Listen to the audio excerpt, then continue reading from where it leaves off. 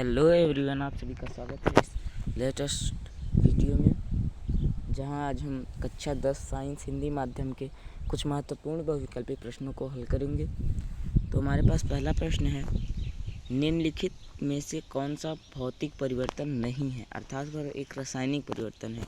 तो जल का क्वथनांक, अगर जल का क्वथनांक है, क्वथनांक पर जलवाष्प में बदलना, अगर वह जलवाष्प में बदल रहा है तो वह है तो जल ही, चाहे वो जलवाष्प में बदले और चाहे जिसमें बदले, तो इसलिए यह तो नहीं होगा। बर्फ़ का पिघलना, वह बर्फ़ भी जल ही रहेगा। जल में लवण का घुलना, वह भी जल और नमक का घोल ही रहेगा। परंतु अगर जो एलपीजी है, अगर उसका दहन होगा तो हमें अलग चीज़ प्राप्त होगी, नया उत्पाद प्राप्त होगा, अर्थात option number D is right answer. Next question है, निम्नलिखित रासायनिक अभिक्रिया में वाई है, हमें वाई का पता लगाना है। तो देखिए FeCl3 FeCl, पहले एक एक को देखें आप कि इस तरफ उसकी मात्रा कितनी है और उस तरफ उसकी मात्रा कितनी है। Fe की इधर 2 है और उधर भी 2 ही है, और Cl की इधर 3 है, नहीं Cl की इधर 3 है और इधर 2 4 और 2 6 इधर है, ठीक। तो इधर Cl बैलेंस नहीं है, तो यहाँ पे हमें क्या चाहिए, Cl चाहिए ना, तो इसलिए हमारा right answer option number B हो जाएगा। चलिए आगे चलते हैं। समझ में आ रहा है ना आपको सभी को? धन्यवाद। नेक्स्ट तीसरा नंबर क्वेश्चन है, यदि उत्पाद अधिक स्थायित्व रखते हैं तो अभिक्रिया संपन्न होती है, संपन्न नहीं होती है, अत्यधिक तीव्र होती है, निम्न गति से होती है। अगर उत्पाद स्थायित्व रख रहे हैं तो अभिक्रिया संपन्न हो जाती है, अर्थात ऑप्शन नंबर ए। और अगर उत्पाद स्थायित्व नहीं रख रहे हैं तो अभिक्रिया उत्क्रमणीय होती है, उत्क्रमणीय अभिक्रिया होती है, ठीक। तो हमारा नेक्स्ट क्वेश्चन है, अगले प्रश्न की ओर चलते हैं। मैग्नीशियम धातु का वायु में जलना एक उदाहरण है, किसका उदाहरण है? मैग्नीशियम का वायु में जलना। मैग्नीशियम किसी भी वस्तु को जलाना, पिघलाना, उसका आकार, रंग, अवस्था में नहीं, बल्कि उसके रासायनिक गुणों में भी परिवर्तन करना ही रासायनिक परिवर्तन कहलाता है, अर्थात option number B is right answer. Next, नीचे दी गई अभिक्रिया में कौन सा कथन असत्य है? यह कूट वाले प्रश्न होते हैं, इनको सॉल्व बहुत दिमाग से किया जाता है। देखिए दिया है 2PbO सॉलिड अवस्था में, कार्बन सॉलिड में, 2Pb सॉलिड में, CO2 गैस में, ठीक है। इसमें सीसा अपचयित हो रहा है, कार्बन डाइऑक्साइड उपचयित हो रहा है, कार्बन उपचयित हो रहा है और लीड ऑक्साइड अपचयित हो रहा है। तो इसका जो सही आंसर होगा, देखिए आप, Pb लीड से ऑक्सीजन निकल रहा है, ठीक है। इस तरफ देखिए, इधर इसके पास ऑक्सीजन है और इधर नहीं है, इसका मतलब इससे ऑक्सीजन निकल रहा है, अर्थात शीशा अपचयित हो रहा है। पहला ऑप्शन भी हो जाएगा। अब कई लोग हैं यहीं पर ऑप्शन लगा के चले जाते हैं, यही गलत होता है उनका, ऑप्शन नंबर ए लगा देंगे, लेकिन हमें यहाँ पर आंसर देना है, यहाँ पर, ठीक है।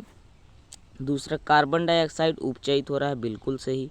तो यही दो सही हो रहे हैं। अब हम तीसरा भी देख लेते हैं, क्योंकि ऑप्शन नंबर सी भी तो दिया है।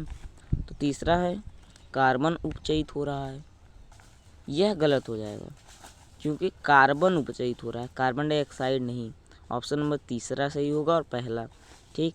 और लीड ऑक्साइड अपचयित नहीं हो रहा, हाँ लीड ऑक्साइड अपचयित हो रहा है, तो अर्थात ऑप्शन नंबर 4। तो ना ही पहला होगा और ना ही दूसरा होगा, ये दोनों हो जाएंगे, तीसरा और चौथा, लेकिन ये तो ऑप्शन में नहीं है, तो अर्थात पहला ही होगा। तो पहला और चौथा, चौथा नहीं, तीसरा, ये रहा ऑप्शन नंबर बी। आगे चलते हैं हम। अगला क्वेश्चन है लौह चूर्ण पर तनु हाइड्रोक्लोरिक अम्ल डालने से क्या होता है। सही उत्तर पर निशान लगाइए।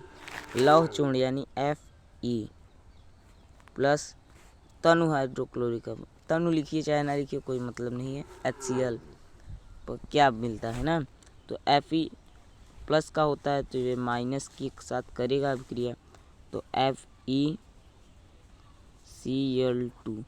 अब हम जानते हैं, ये आप लोग सोच रहे होंगे ये कैसे बना, Cl2 Fe की संयोजकता +2, रुकिए यहाँ पे क्यों नहीं होगा, Cl होगा बस, ठीक। Fe की संयोजकता +2 और Cl की संयोजकता -1, तो ये इसके नीचे ये इसके नीचे, इसमें इसकी टोपी उसके सर, उसकी टोपी इसके सर होता है, तो FeCl2 प्लस, अब क्या बचा यहाँ पे, हाइड्रोजन। हाइड्रोजन को सदैव H2 के फॉर्म में लिखते हैं, तो हमारा ऑप्शन हो जाएगा FeCl2। आयरन लवण नहीं, जल भी तो नहीं बन रहा, हाँ हाइड्रोजन गैस और iron chloride, option number A is right answer. आगे चलते हैं। ऊपर दी गई अभिक्रिया का प्रकार बताइए।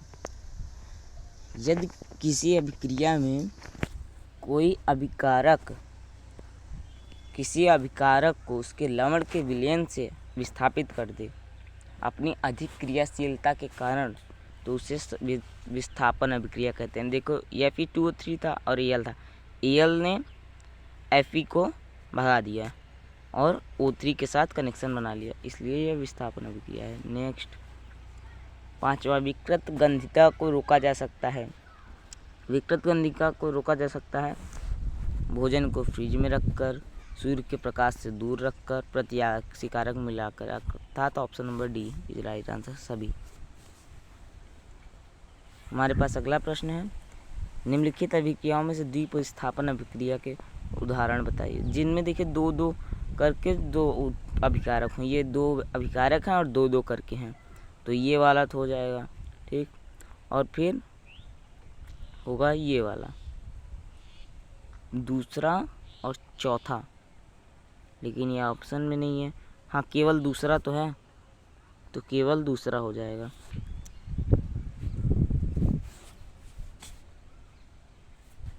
आगे चलते हैं। हाँ केवल दूसरा होगा, क्योंकि इसमें एक ने O2 ने इसको हटा दिया कार्बन को, तो ये विस्थापन अभिक्रिया है, अर्थात ये नहीं होगा। ये संयोजन, ये अभिक्रिया संयोजन है, ये द्विविस्थापन है और ये भी विस्थापन है।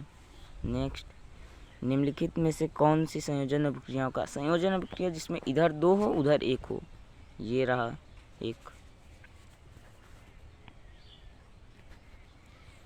हमारे पास ये रहा एक, ये पेन क्यों नहीं चल रहा है,